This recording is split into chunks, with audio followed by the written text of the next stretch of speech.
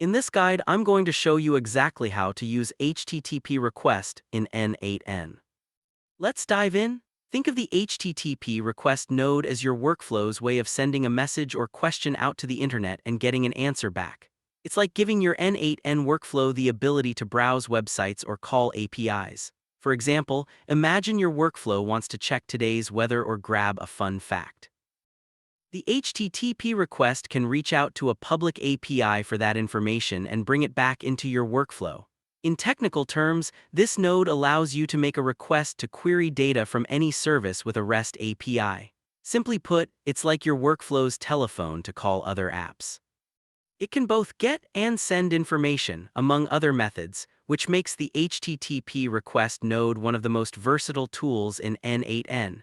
It can connect with almost any online service as long as you have a URL to call and the right permissions or keys. It's basically the internet connector for your automation. To set it up, drag an HTTP request node into your workflow and place it wherever you need the workflow to reach out to an external service. This could be at the beginning or somewhere in the middle depending on your design. In the node settings, you'll see fields like method and URL. First, choose a method. Common ones are get, which retrieves data, or post, which sends data. For a simple example, select get.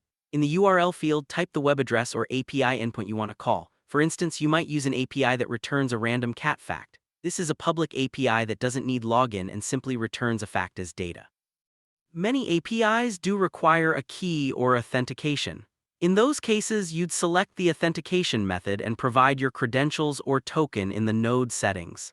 N8N supports various types of authentication like basic, Auth2, and others.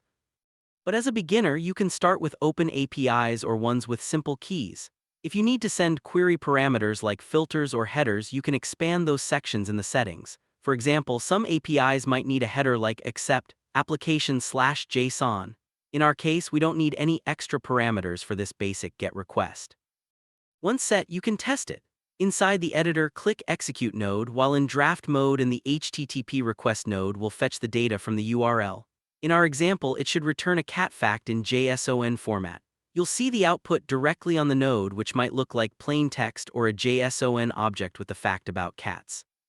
Once the HTTP request node pulls in the data, you can connect its output to other nodes. For instance, you could send the cat fact in an email or save it into a Google Sheet.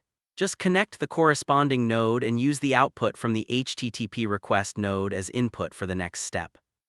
That's essentially how you set it up. Specify where to go, what to do, include any needed keys or parameters, and let the node make the call. It's a bit like programming your own little web server inside your workflow. Now, let's look at a fun example to see the HTTP request node in action.